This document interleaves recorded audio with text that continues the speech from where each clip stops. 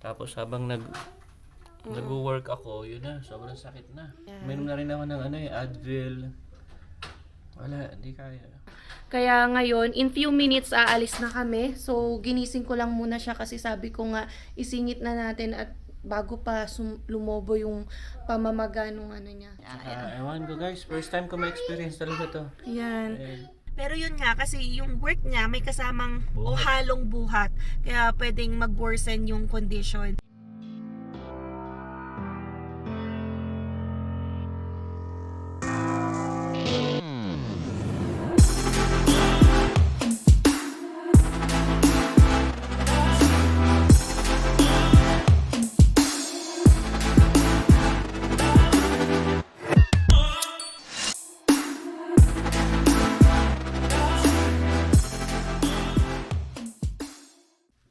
Hi guys! Good morning! So ngayon ay Tuesday morning.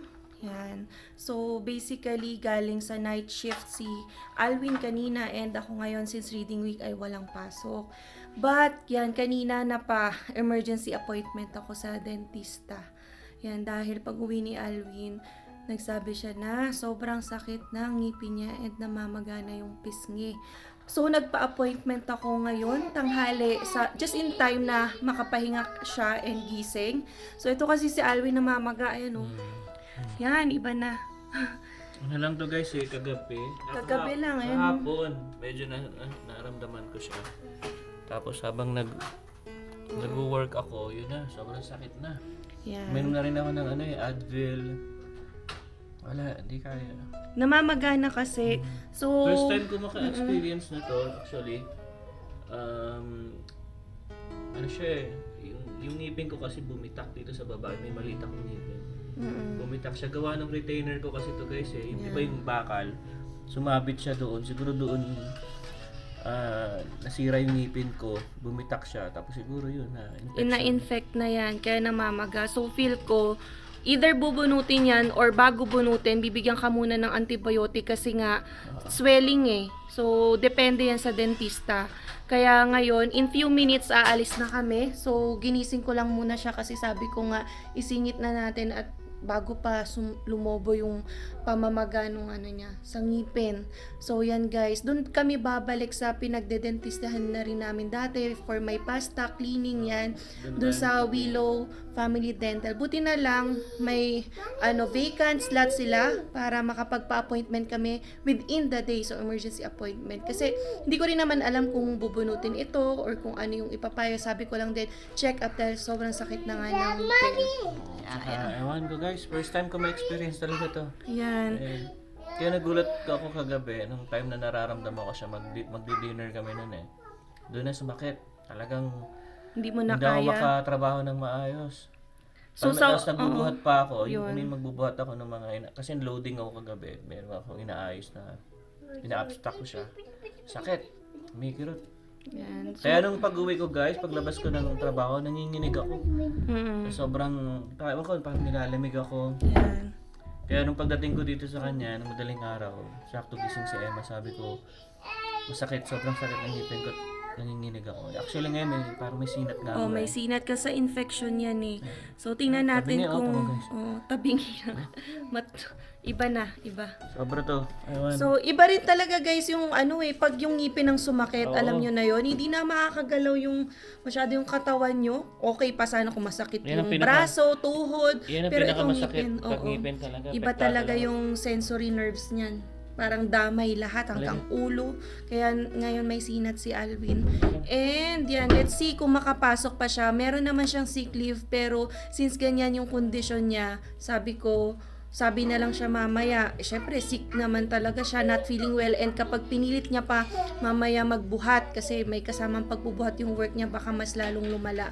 So, we'll see. Yan, paalis na muna kami ngayon. Yan, papunta ng dentista.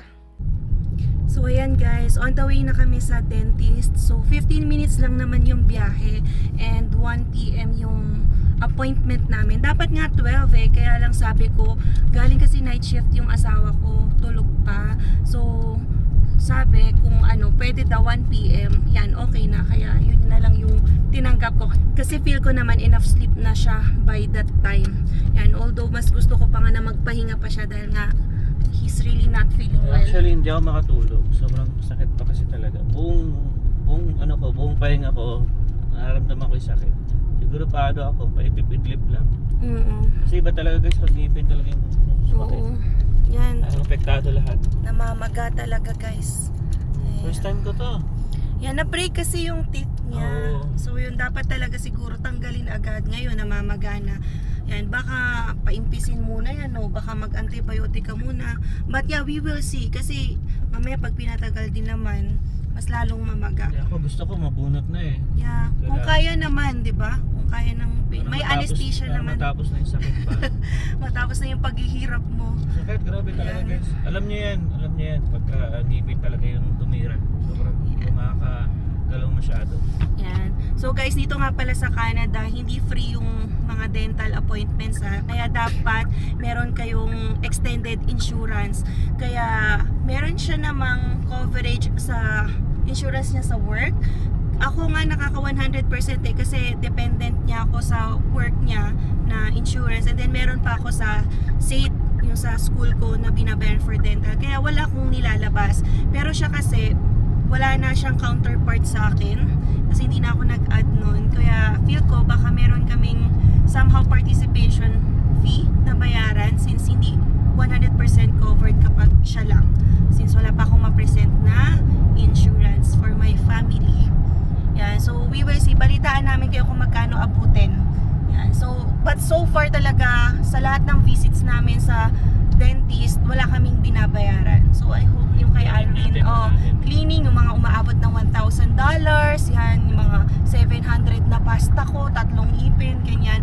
Wala kaming binabayaran nun. But tingnan natin kasi may limit lang din yan. Hindi naman tayo want to sawa na cleaning ng pasta. So may limit yon. We'll see kung hanggang saan pa abutin ng ating insurance. So, ayan nga pala guys, +8 ngayon. Maganda yung weather natin ulit.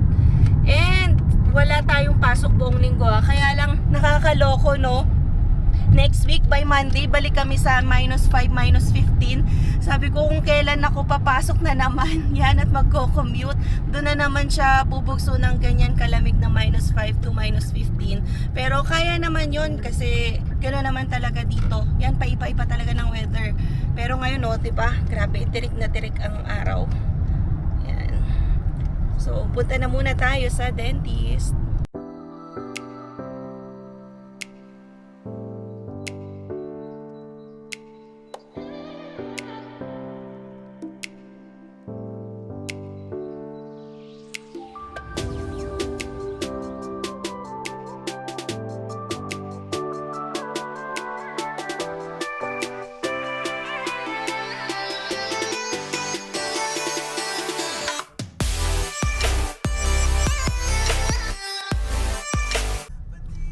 So, nandito na tayo sa Willow Smile Family Dental. Yan, in time naman tayo, may 5 minutes pa tayo. So, let's see. Sana masolusyonan na agad ang pamamaga. No? Yan o, yung habang nagdadrive, nagre-reklamo pa rin na masakit. Masakit naman talaga pag ngipin. Sobra. So, ayan na. Nandito na kami sa loob ng dental clinic. Yan, si Alvin. Pero ako pumasok dito kasi may play area para kay Zion. Yes, diba? At least distracted si Zion habang nag-aantay kay daddy niya. Yan, kami lang naman yung patient dito. Diba? Ito si Alvin. And ito si Zion. So, tingnan natin ang magiging resolution kay Alvin. Ayan, tinawag agad si Alvin. Wala pang 2 minutes na dating namin. So, at least, diba, kapag naka-appointment ka talaga, kung ano yung schedule mo, din ka maasikaso. At least, no waiting time for us. And, ayan si Zion. Minsan, kapag maraming clients or pasyente yan, maraming nagpiplay na bata dito. Pero since ngayon si Zion lang, yan, kuna natin siya. At least, diba, distracted siya para mamaya sa bahay matutulog na lang to for his nap. Hindi ko na pina-on yung TV para focus siya dito sa toys instead of watching mga Cocomelon. Zion, put the toys in the box. Kinalat mo na, oh. Oh, gusto niya na ng TV. Sabi ko, toys muna, toys. No. No TV today. Brown out. Oh, nalungkot siya. Sabi ko, toys muna. Saka na ang TV. Zion, what's this? Oh, abot lang ng abot sa akin ng toy. Ang dami nilang toys dito. So, ayan. Zion, get your toy here. Oh? A few inches later. So, ayan guys, as expected, hindi talaga muna binunot dahil namamaga.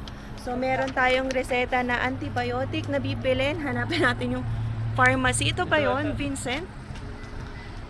Hindi, baka meron doon. Yung nasa dulo yata daw. Hanapin muna natin. Mas mabilis daw kasi makapag-dispense. So, ang reseta sa kanya ay Clavulin. So, this is an amoxicillin brand. Yan. So, 7 days niya iti-take every 8 hours para kumipis. And then, nakapagpa-schedule na rin siya next week para yun, after taking the antibiotic, magpapabunot na siya. Basta. Pa rin? So, yan. Nandito na tayo sa pharmacy. Nabigay ko na rin yung reseta. And, chine-check na lang for his insurance. So, katabi lang din to ng Willow Smile. Yan. For other needs. Andito, marami rin naman silang stock. So, kumuha na ako ng free candy. Ayan. And then, meron rin silang flu shots and COVID-19 vaccines. And ito ang pinakamakulit na bata. Right? Right. Right. Thumbs up. Sing a song to us, Zion. ABC. No? Ah, sit ka lang. Sige. So, wait muna natin ang antibiotic. So, tapos na tayo sa pharmacy. Mamaya ko i-discuss kung magkano ang binayaran natin. Eh, napadaan kasi tayo dito sa Filipino store katabi lang. So, check natin. Guys, yung Tommy. So, 2.29. So, Filipino store to. Kaya yung mga chichirya na nagkikrave kaya makikita mo dito. Gusto ko rin Humpy Dumpy. Ayan, diba? Ito, Richie guys. Hindi ko na alam magkano. Walang price. Snack ko. Ito, snack ko. Ay. Ito, Nova Homestyle. Iba yung price. 10 tortillos. No, don't touch it, Zion. No, don't touch it. Ito, mga pansit bihon. Lapas batchoy. Ayan.